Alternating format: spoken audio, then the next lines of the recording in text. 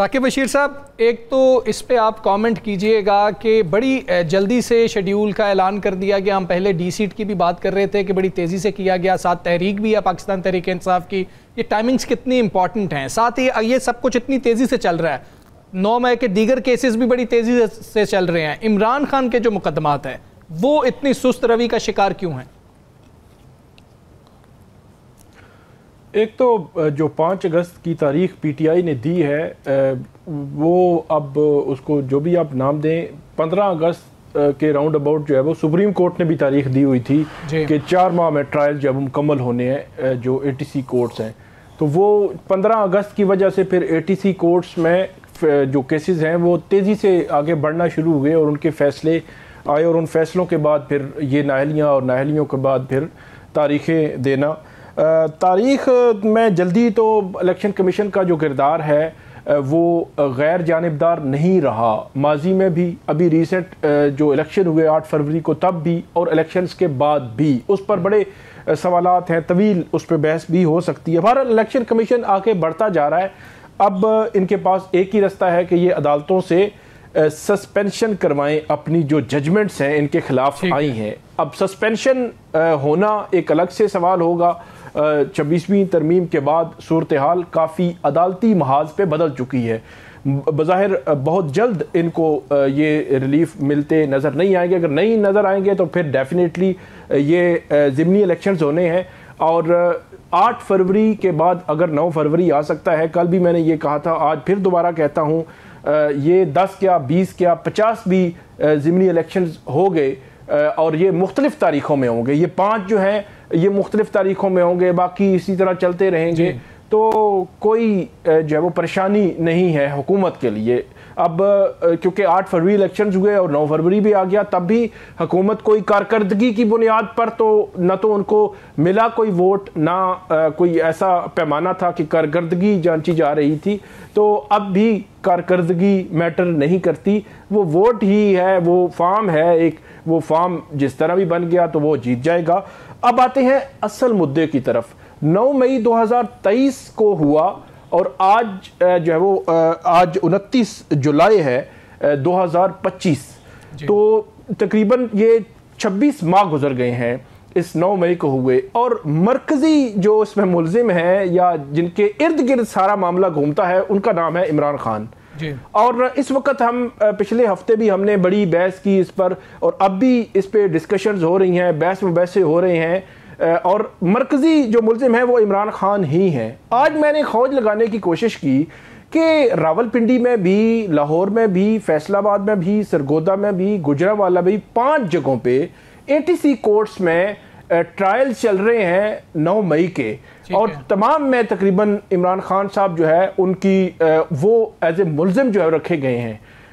अगर बात की जाए कि ट्रायल्स इमरान खान के खिलाफ कितने केसेस में चल रहे हैं, मतलब अगर पिंडी की मैं बात करूं तो 12 यहां पे हैं, लाहौर की बात करें तो 12 या 14 लाहौर में है, फैसलाबाद में कुछ केसेस हैं, सरगोदा में कुछ केसेस हैं। तो ये मिला जुला के कुछ 30 के करीब बनते हैं, 30 के करीब केसेस बनते हैं 9 मई के, जिनमें जब भी FIR लिखी जाती है तो यह लिखा जाता है कि इमरान खान की इमा पर, साजिश पर और उनके कहने पर यह सारा जो है वो किया गया।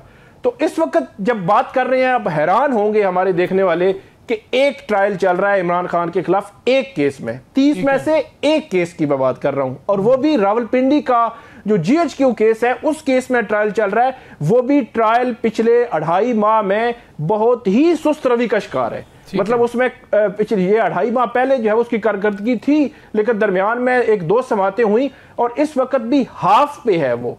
बाकी लाहौर के जितने ट्रायल्स हैं उसमें इमरान खान के खिलाफ ट्रायल नहीं चल रहा, फैसलाबाद, सरगोदा, गुजरांवाला, रावलपिंडी के बाकी 11 केसेस में भी ट्रायल नहीं चल रहा, यहां तक के चालान पेश नहीं हुए इमरान खान साहब के खिलाफ। वजह भी पता की आपने? कदरे हैरान कुन है मामला कि 30 के करीब केसेस में एक केस में ट्रायल चल रहा है और वो भी हाफ पे पहुंचा है।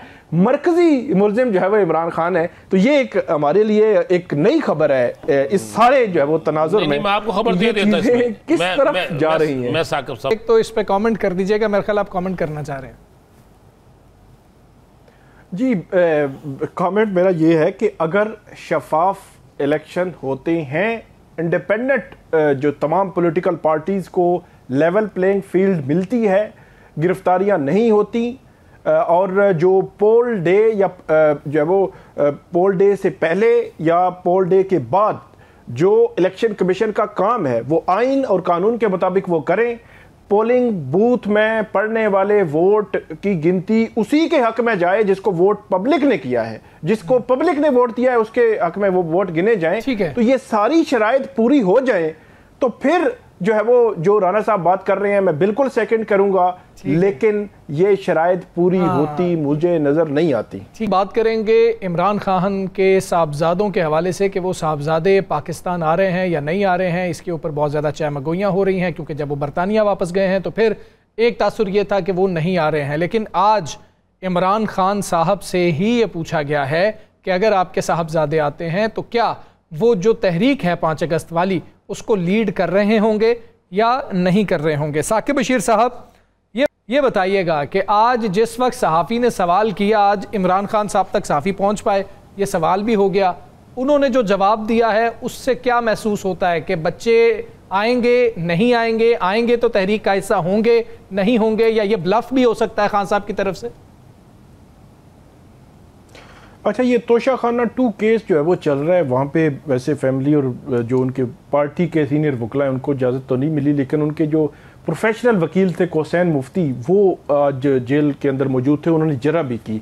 तो वहाँ पे जो पैगामात कोसैन मुफ्ती साहब के ज़रिए बाहर आए हैं पार्टी के लिए, मुख्तलिफ जो पैगामात थे उनमें ऐसा कोई पैगाम नहीं था कि इमरान खान साहब के साहबजादे पाकिस्तान में ना आए, और उन्होंने ये कम्युनिकेट किया हुआ अपनी पार्टी को वकील के ज़रिए कि आप उनको आने से रोक दें। अब कंट्रोवर्सी या कन्फ्यूजन कहाँ पे बनी?